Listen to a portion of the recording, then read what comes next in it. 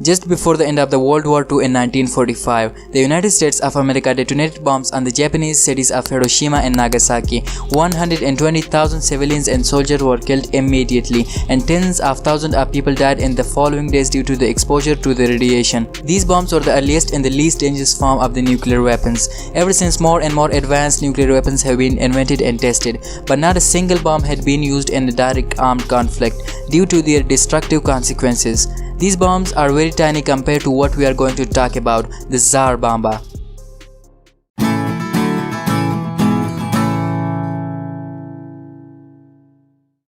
As the Second World War ended, the US and the Soviet Union entered half a century-long Cold War, a war of politics, science and nuclear weapons. The US was successful to test its first nuclear weapons in 1945. The Soviet Union, however, made their nuclear weapon in 1949, which was almost equivalent in the explosion power to the nuclear weapon dropped on Nagasaki.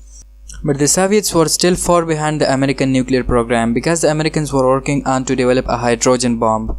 In 1952, the Americans successfully tested the first hydrogen bomb named Ivy Mike, which was much more powerful than the ones dropped on Hiroshima and Nagasaki, having a blast yield of 10.4 megatons or 10,040,000 tons of TNT. To put into perspective, the energy released by the explosion of the Ivy Mike was equal to the energy released upon the explosion of 10.4 million tons of TNT.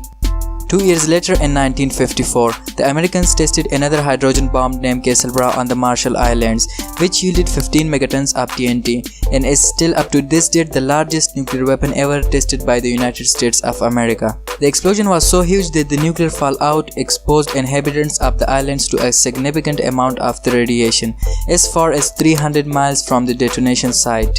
This hydrogen bomb was 1,000 times more powerful than the one dropped on Hiroshima.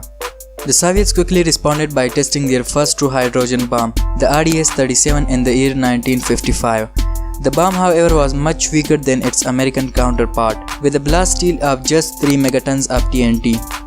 But it paved a way for the Soviets to develop an unmatched weapon in the human history. To show their nuclear capabilities, the Soviet Union exploded their mighty Tsar Bomb on 30 October 1961 over the island of Novaya Zemlya in the Russian Arctic Sea. The bomb, weighing 27,000 kilograms, was so massive that the doors and the fuel tanks of the plane in which the bomb was carried were removed. It was attached to 800 kilograms massive parachute and was dropped by the Russian T-95 plane at the height of 11 kilometers and was detonated 4 kilometers above the ground, so that the bomber had time to escape the site of the detonation. When the bomb exploded, the plane was still in the air at a distance of 160 kilometers from the explosion site. But still, a mushroom cloud could be seen from the plane. Even more surprisingly, the fireball was also seen from as far as 1,000 kilometers. The detonation was so intense that the bomber plummeted in the air and glass windows of the plane were shattered. However, the bomber regained control and safely landed 270 kilometers away. The energy of the explosion was so unimaginably high that the shockwave circled 3 times around the earth and shattered windows as far as Finland and Norway, and caused an earthquake of 5 on the Richter scale around the world. Most of the buildings and the houses within the island were destroyed. Radio communications were disrupted for almost an hour. The explosion created 8 kilometers wide fireball and the mushroom cloud reached as high as 70 kilometers above the ground. That's over 7 times the height of the Mount Everest. The bomb was initially scheduled to be 100 megatons, which would have put the bomb roughly 7,000 times more powerful than Hiroshima and would have caused severe nuclear fallout. That is why the blast yield of the bomb was reduced to 50 megatons for the test, which was still 4 times as powerful as the successfully tested American Castle bomb of 15 megatons and 2 times more powerful than America's most powerful bomb, the B-41, which have blast yield up to 25 megatons. However, this bomb was not available at the time of the test of the Tsar Bomb. Now let's talk about the name of the bomb.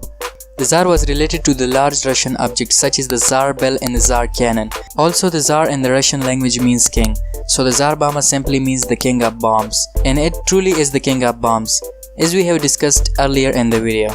Thank you guys for watching. We'll see you in the next video.